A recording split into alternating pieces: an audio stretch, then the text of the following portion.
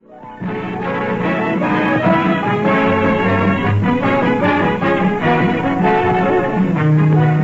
Hollywood, California, the makers of Old Gold cigarettes present Which is Which? With our host, Ken Murray, the music of Richard Himber's orchestra, and as our special guest tonight, Eric Blore, Tommy Riggs' Betty Lou, Frank Morgan, Francis Langford, Sydney Greenstreet, or reasonable facsimiles thereof. And I want you to meet a man whose jokes will make you happy. You'll never have to worry. I'm speaking of our master of ceremonies, the host of our show, Ken Murray.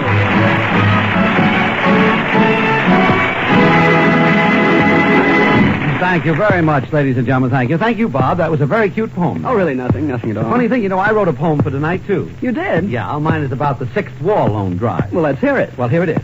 Buy a bond, please take my tip, so our B-29s can clip the nip, till the Japs look at Tokyo with hearts so faint and say, is you is or is you ain't. But enough of these big jokes. Right now it's time for Which is Which. Bob, who's our first contestant? Ken, I want you to meet Miss Jeanette D. Very cute, too. How do you do, Miss D? How do you do, Mr. Yes, Murray? how do you do? Where's your home? Chicago. Chicago, is that right? How long have you been out on the coast? Just a couple of weeks. Couple of weeks. Well, do you understand our game, or is this the first time? Well, it's first time. First time? Well, that's fine. This is our 7th week, and it's understandable. Now, I want to explain it to you. The idea of our game is this. It's really very simple. Behind the large curtain over there, which is just in back of you, is a very well-known name in the entertainment world, or a reasonable facsimile thereof. If you can guess correctly, Old Gold will give you a $50 war bond and $12.50 in war stamps.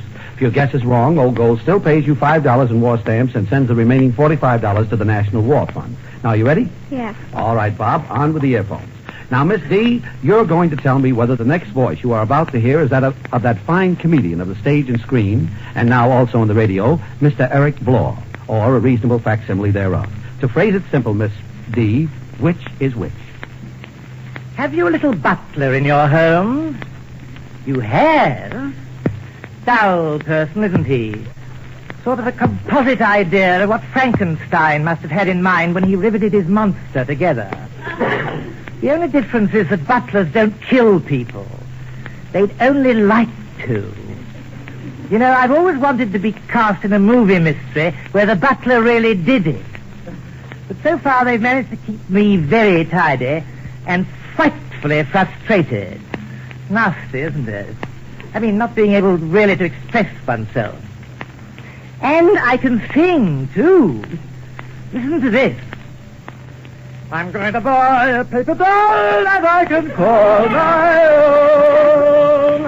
A doll. Now, isn't that ridiculous?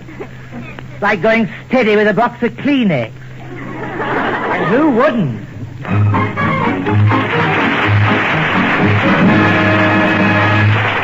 All right, Miss D, what about it? Was it or wasn't it Eric Blore? Oh, it's awfully hard to tell. Well, I grant you that. Now, remember, if you guess correctly on this Which is Whicher, you'll be $50 richer. That's pretty good. That's good.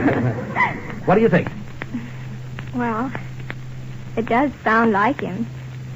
Well, you must give He me... is. It is Eric Blore. It is. All right, the time has come to see if you which is whiched correctly. All right, girls, open the curtain. Ladies and gentlemen, Miss D, it gives me a great deal of pleasure for you to meet Mr. Eric Blore in person.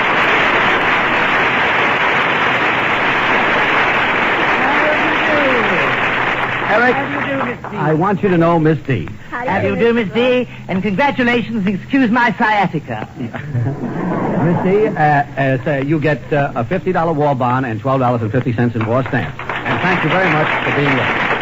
Eric, we are very happy to have you here with us as our guest tonight. And I want to tell you at this time how much I enjoy your work on the Frank Morgan program. Oh, thank you, Ken. You know, radio is awfully new to me. It is. Therefore, I've determined to study the radio comedians in this country. Gee, and I'm the first comedian you came to, huh? Why? Well, I wanted to start at the bottom, you know. But really, I'm thrilled at being here with you, Ken, because I understand you're America's greatest lover. America's greatest lover. Uh-huh. Well, Eric, where did you ever get that idea? Well, everybody's saying, wait until you get a load of Murray. Boy, what a kisser. Look, somebody has been kidding you, Eric. Oh. Kisser is just an American expression meaning face. Oh, I see. Kisser face. Oh, that's good.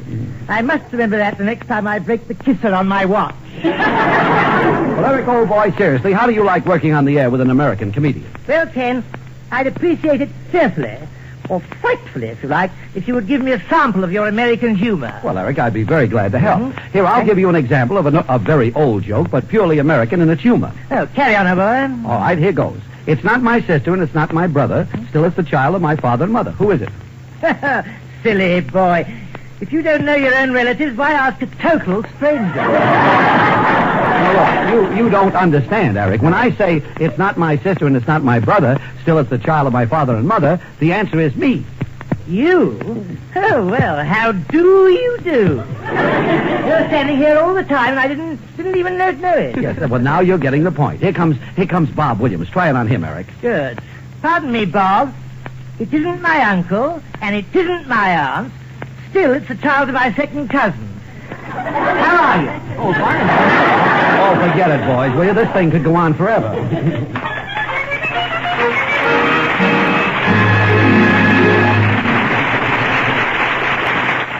Bob, who's our next contestant? Ken, I want you to meet Mr. R.R. Depot. Why, how do you do, Mr. Depot? I'm very happy to meet you, Mr. Murray.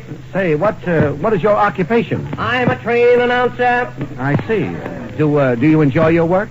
I have until yesterday. Yesterday, just after the train started, pulled out the next 5 stations we're going to come to. And I'm terribly upset. Well, what happened? Two of the passengers were able to stand what I was talking about. I'm so nervous and irritated. I'm so upset and annoyed. Oh, no, there, Mr. Depot. Don't get your signals crossed. Why be irritated? Light an old goal. Would you mind repeating that last statement? Certainly. Why be irritated? Light an old goal. That's the ticket, smokers. It's sure a pleasure to smoke a good cigarette. But pleasure is one thing you don't get if your cigarette is harsh, hot, and dry. So listen to this. To help prevent cigarette dryness, Old Gold's superb tobaccos are conditioned with apple honey. This special conditioning process helps seal in the natural moisture. Yes, actually helps guard Old Gold from cigarette dryness, thus assuring you deeper smoking enjoyment. And moreover, there's more enjoyment in the extra flavor of Old Gold because of this. A touch of Latakia, a rare imported tobacco, is added to Old Gold's magnificent blend to give you a delicious aroma, a zesty, mellow bouquet that lasts from the first to the final puff. So treat yourself to pleasure when things get a bit rough. Why be irritated? Light an Old Gold. Enjoy a better tasting cigarette, conditioned with apple honey to help prevent cigarette dryness. That's Old Gold.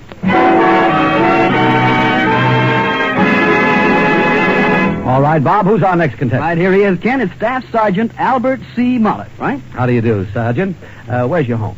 Tacoma, Washington, sir. Tacoma, Washington. Have you been down here in Hollywood long? About 2 weeks. 2 weeks. Have you seen any movie stars?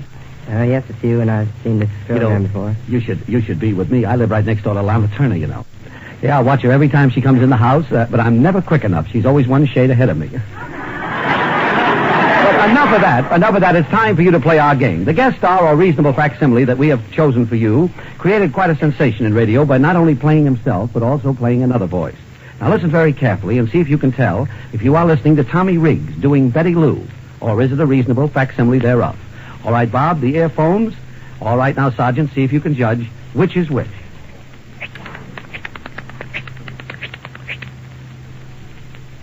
Hello, is this Tommy Riggs? That's silly bit. Never heard of him, so there, too. Well, who is this? The police department? Golly Lebs, what did he do? Gosh, that's a pretty bad offense, isn't it? Yes, I'll be sure to tell him. He's had a book out now for 2 months and he owes 18 cents. What's the name of the book? Little Women. I never knew Mr. Tommy was a wolf.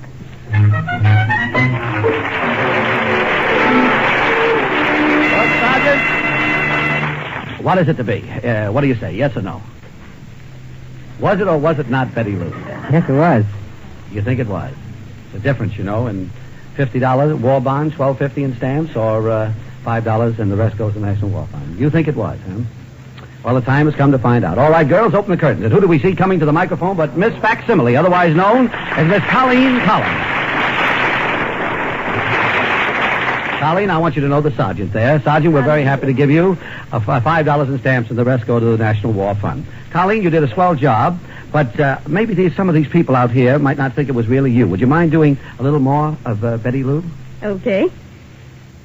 Well, I just love you, Mr. Murray, but Gee, I could even tell you a little joke, but it's way past my bedtime. I'm going to get some sleep, so goodbye now, and see you later. So there, too. Thank you a lot, Tommy.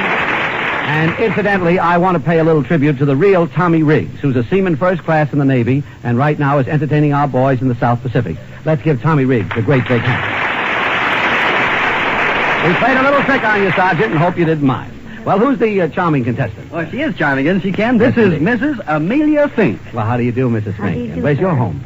Well, at the present time, it's Los Angeles for the last 25 years. Oh, for the last 25 years. Gee, I wish you were from the South. I have a swell Southern joke here I wanted to pull tonight. Well, what's the matter with the Irish jokes? Oh, the Irish jokes, too. You see, I went down south to see my grandfather, and they were throwing a big party one night. And my grandfather and I started to get dressed, and it was a very funny sight. There I was in my union suit, and he was there in his Southern drawl. But on with our game, Mrs. Fink. The next voice that you are about to hear is that of one of the great actors of stage, screen, and radio. Can you tell me if you are listening to Frank Morgan, or a reasonable facsimile thereof?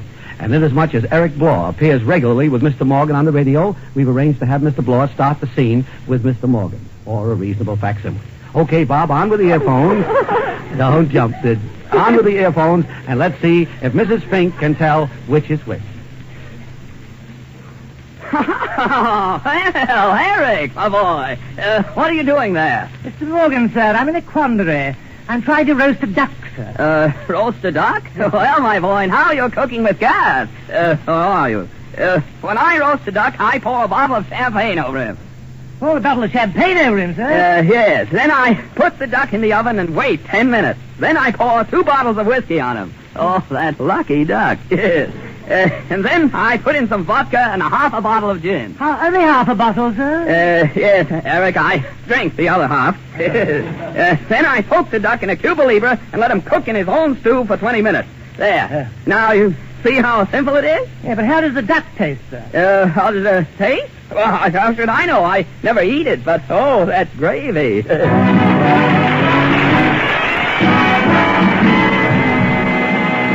Well, Mrs. Fink, was it or wasn't it Frank Morgan? Was. It was? Yes. You sure of that now? Sounds like You've him. You heard him many times, huh? Yes.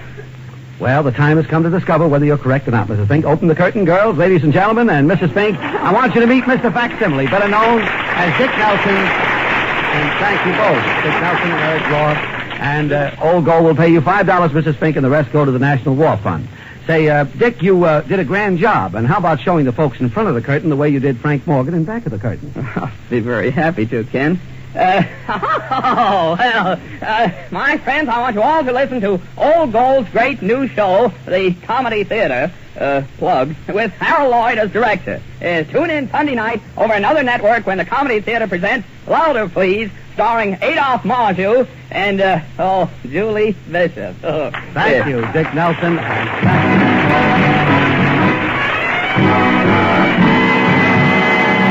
And who's our next contestant? Ken, our next contestant is Mrs. Martha Jones. Now, how do you do, Mrs. Jones? How do you do, sir? Glad to have you here.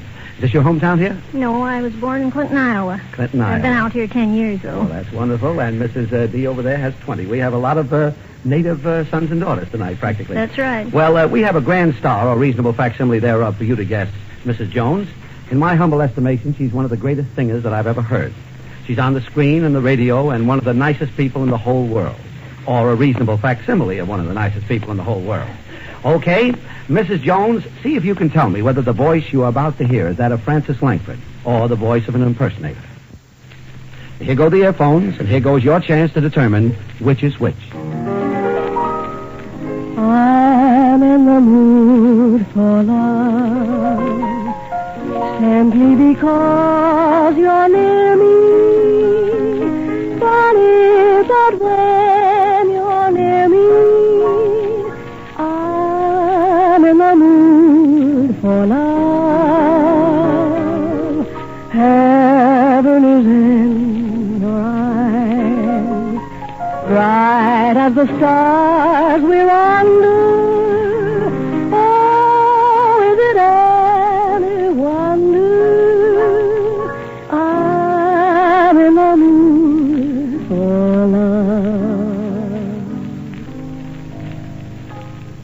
Well, Mrs. Mrs. Jones, what about it? Was it or was it not? Very Francis? hard to tell, but Well, suppose you get a little help from the audience this time. I'm going to ask all those that think yes to say aye, and all those that believe no to say no. How many ayes? Aye. How many no's? No! Well, I mean, there you are. What is it? If I go by the audience, I'd say no. But I think I'm going to say yes. Well, that's wonderful. That's wonderful. There's just a few more seconds of suspense. All right, girls, open the curtains. Here she is, Frances Langford in person.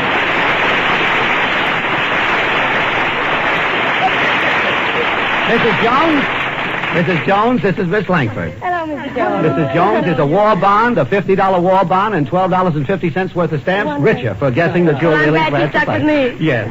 Well, Frances, I want to ask you a question. After being on the Bob Hope Pepsin program, you ought to feel right at home here. You know, Bob tells jokes and I tell jokes. Well, there's only one difference, Ken. What's that? On your show, the comedy is hopeless. Yeah. Now, listen, Frances, that's a fine way to talk to me. After all, the time we worked together on Hollywood Hotel, and have you forgotten already that we have a date tonight? I'd love to. You mean go on a date? No, forget it. Yeah. Now, look, Frances, let's not kid around. I'm sure our audience would love to hear you sing the kind of a song that not only made you a tremendous favorite with the GIs abroad, but with all us civilians at home. Folks, how about another lilting song from the lovely Langford? I'd love to, Ken.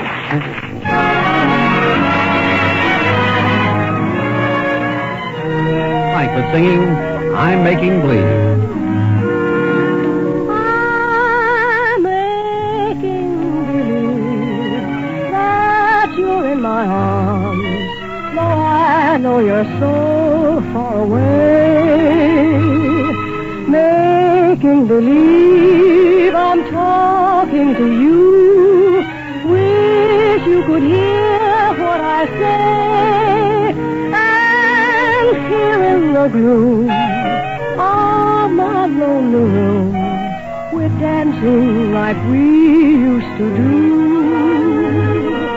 Making believe is just another way of dreaming, so till my dreams come true. I'll whisper goodnight, turn out the light, and kiss my pillow, making believe it's you.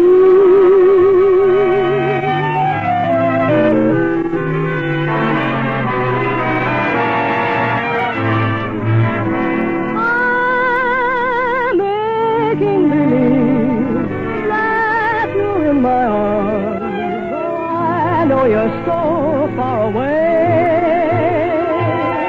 Making believe I'm talking to you. Wish you could hear what I say. And here in the gloom of our lonely room, we're dancing like we used to do. Making believe is just another way of dreaming, so till my dreams come true. I'll whisper goodnight, turn out the light, and kiss my pillow, making believe it's you.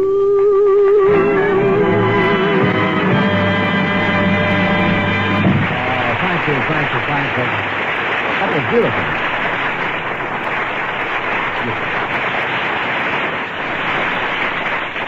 And now we'd like to get serious for a moment about a subject that's very serious to you.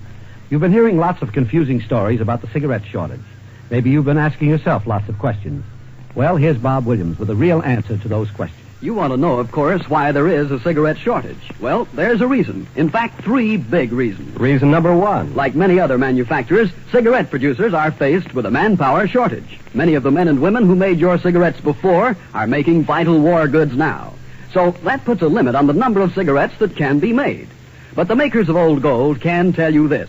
In spite of these difficulties, we're turning out every cigarette we possibly can.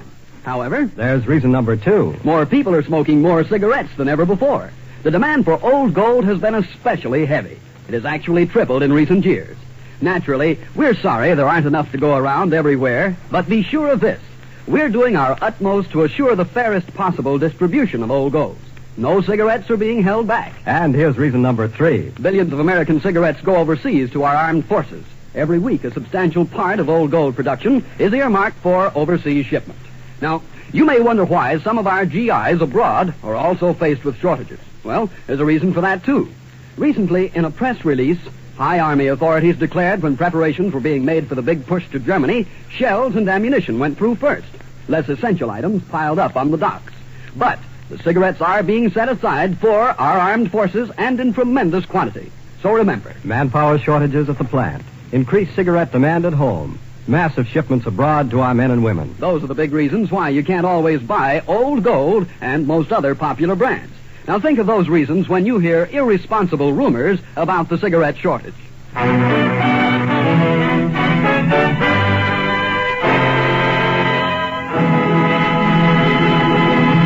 And now, Ken, say hello to Seaman Carl Kenny. Hiya there, Carl. Well, Where's your hometown? Boston, Mass. Boston, Massachusetts. That's swell. How long have you been on the coast? About a month. Are you enjoying the show? Yes, sir. All right. Now, you are really and truly very fortunate in your Which is Which, because the man you are about to hear is really one of the top dramatic actors of the screen.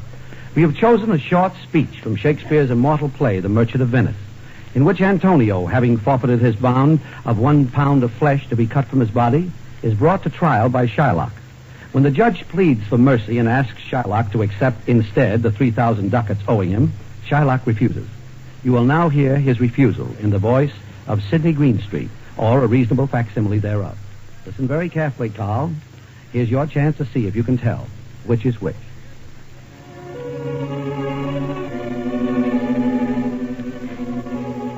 I have possessed your grace of what I purpose. And by our holy Sabbath have I sworn to have the due and forfeit of my bond. You'll ask me why I'd rather choose to have a weight of carrion flesh than to receive 3,000 ducats. I'll not answer that. I say it is my humor. Is it answered? What if my house be troubled with a rat, and I be pleased to pay 10,000 ducats to have it banned? What? Are you answered yet? Some men love not a gaping pig, some are mad when they behold a cat. Now for your answer. There is no firm reason to be rendered why he cannot abide a gaping pig, why he, a harmless, necessary cat. So can I give no reason, or I will not. More than a large hate, certain loathing, I bear Antonio there, and I follow thus a losing suit against him. Are you answered?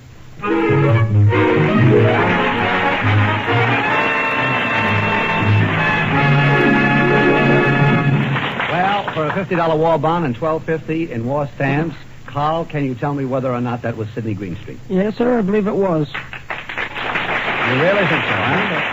Well, here we go to see if your guess is right or wrong. All right, girls, open the curtains. Ladies and gentlemen, I'm very proud to present Mr. Sydney Greenstreet in person. Carl, I want you to know Sydney Greenstreet, and Old Gold is very happy to pay you a $50 war bond and $12.50 in war stamps. Thank you very much. Sydney, I sure like the way you did that speech from The Merchant of Venice. Thank you. You know, Ken, Shakespeare has been a great favorite of mine. As a matter of fact, your comedy reminds me of one of Shakespeare's plays. It does? Yes, Much Ado About Nothing. Well, you know, before I appeared in Blackouts in 1944, I was a Shakespearean actor myself. As a matter of fact, I appeared in A Midsummer Night's Dream. You appeared in A Midsummer Night's Dream? Yeah, I made up the bed. But, Sydney, I really want to welcome you here on this show. I've always admired a man of your great talent. You've done so much in the theater, both here and abroad. Thank you. I don't wish to appear conceited, but I have the biggest background in the show business. Yeah, you certainly have. Sydney, I understand that you're making a new picture at Warner Brothers. That's right. Well, what's the title of the picture? It's called the B-29. Do you play the menace in it? No, I play the B-29. Well, Sydney, what are your plans after that? Oh, I'm going over to MGM to make a picture for them. Well, that's very interesting. What picture are you going to do? The Thin Man. You, Sydney Greenstreet, the Thin Man? Yes, you see, at MGM, I'm not as big a man as it was. Well, Sydney, if it isn't too personal, would you mind telling me how much do you weigh? Truthfully, Ken, I don't know. Every time I go to weigh myself, the scale run down the street waving the white flag. Oh, come now, Sydney. It's not that bad. Well, Ken, I have to run along. I've got to get measured for my Santa Claus suit. You know, every year the Hollywood picture stars drive down Santa Claus Lane. Gee, are you really going to be Santa Claus this year, Sydney? Yes? Would you bring me something? Of course. I'm going to give you something you've never had in your entire career. What's that? One new joke.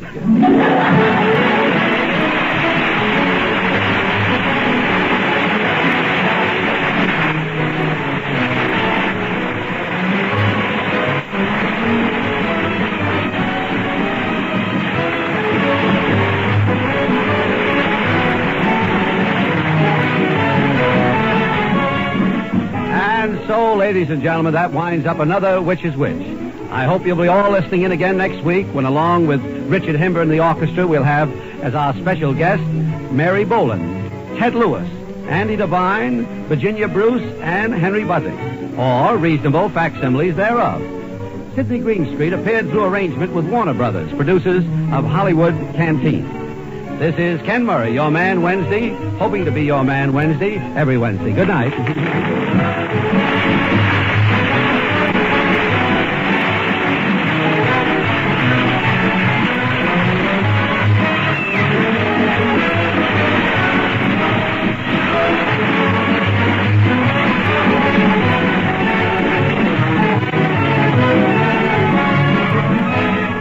And this is Bob Williams saying good night for Old Gold. Ladies and gentlemen, notice Old Golds are wrapped in cellophane again. That's because Old Gold uses its government-allocated supply of cellophane now during the winter months only when cigarettes need extra protection against dryness. So, when you get Old Golds wrapped in cellophane today, you know they are newly made.